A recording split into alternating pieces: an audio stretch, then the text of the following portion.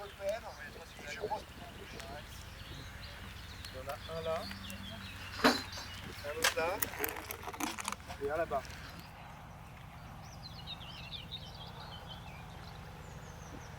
Et ce qui est très cool, c'est qu'à partir de genre midi, il n'y a plus de soleil. Faut pas qu'on ait de fausses teintes, quoi. C'est vraiment bâché, quoi. Donc c'est bâché. Il y a du vent, mais c'est bâché. Ah, il y a du vent. On peut pas tout à... Ah bah oui, il y a du vent, ouais. Faut qu'on ait un peu de stabilité à un moment quand même pour commencer la chose. Nous sommes dans un aéroport désaffecté. Ah bah, On n'a pas le choix, on choisira un moment. Je cherchais un lieu qui soit comme une sorte de non-lieu, où on ne sait pas vraiment où on est. On ne sait pas vraiment pourquoi il y a du béton au sol, on ne sait pas pourquoi il y a de la nature qui a repris le devant, etc.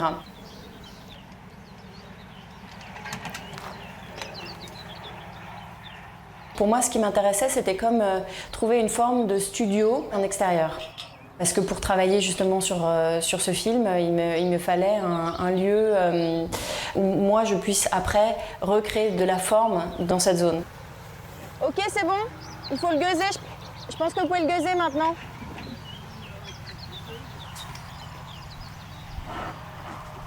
Ok, on va faire les immeubles. Dans mes projets précédents, comme par exemple les observatoires, j'ai beaucoup cherché ce genre de lieux aussi, qui étaient des lieux complètement vides, où je pouvais retrouver une sorte de confusion dans l'échelle.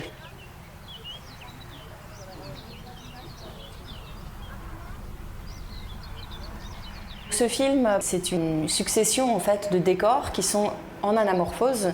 Donc on a imprimé des décors qui se fondent complètement dans le paysage. Donc on a une succession de 8 décors. Le premier donc devant la caméra, assez petit.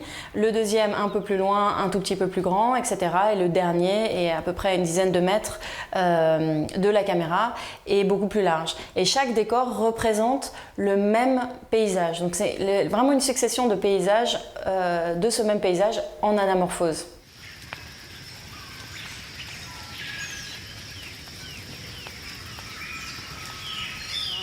J'ai réalisé un film l'année dernière qui s'appelle Below the Deep South, où je pars de recherche sur la paléoclimatologie.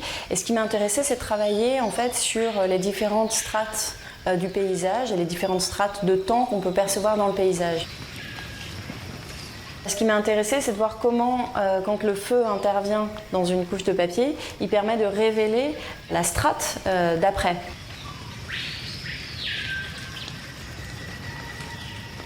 Le feu agit comme un destructeur, mais aussi comme un révélateur.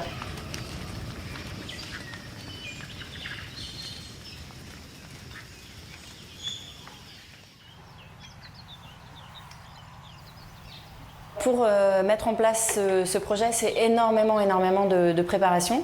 Il y a déjà toute une préparation de ce qu'on appelle les calculs optiques.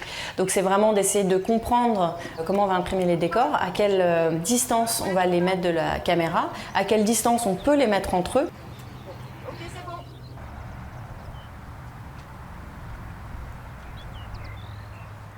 Stop. Voilà, là on est calé. Il y a juste la dernière bandelette qu'il faut redescendre à droite. Celle-ci, on la détache, on la remet. Voilà, un tout petit peu plus en bas.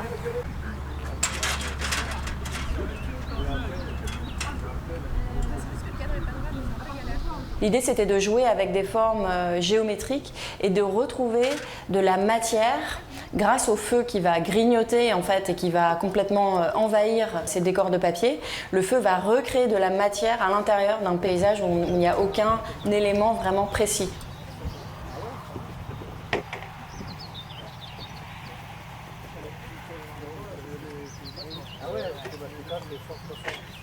Je travaille les films depuis très peu de temps et ce qui m'intéresse, c'est vraiment la construction. Et récemment, je me suis rendu compte que mes installations avaient aussi un potentiel mouvement.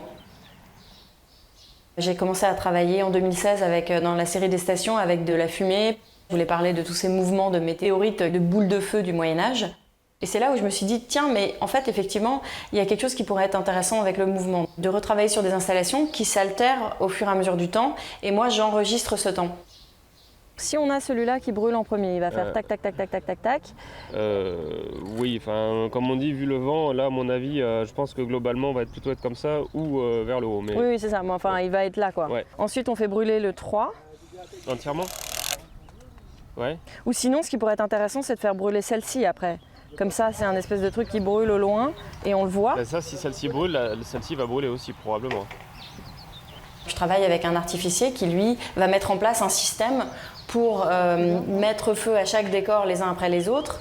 Et moi, ce que je mets en scène, c'est la chorégraphie qui permet au paysage de se détruire et de se reconstruire. T'es prêt, Léo? Oui. Allez, on lance le premier.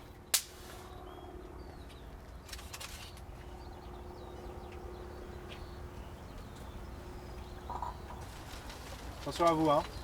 C'est le 4e cadre qui est parti, la bande du milieu. Next. Ok, on attend, il y a beaucoup de flammes, elles sont très grandes, on attend.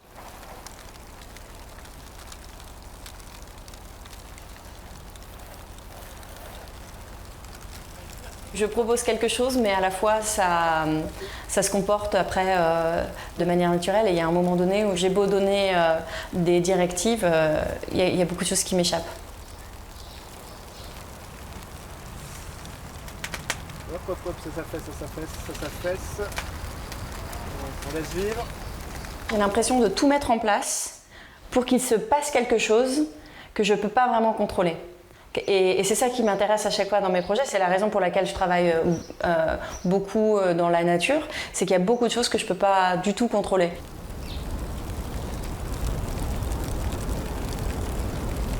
J'essaye toujours de travailler sur l'équilibre entre montrer un petit peu de la construction et à la fois le cacher le plus possible.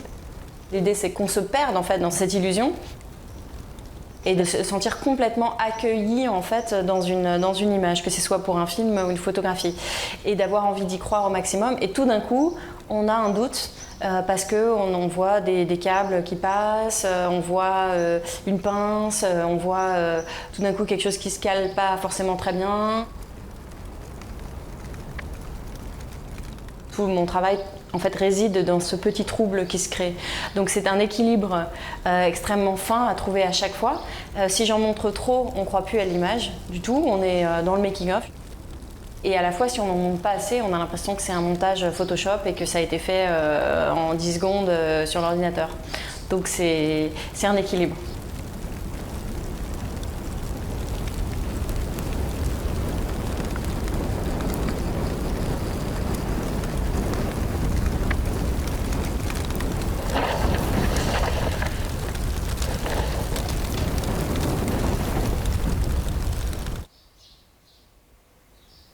On dit souvent ah mais une photo c'est plat.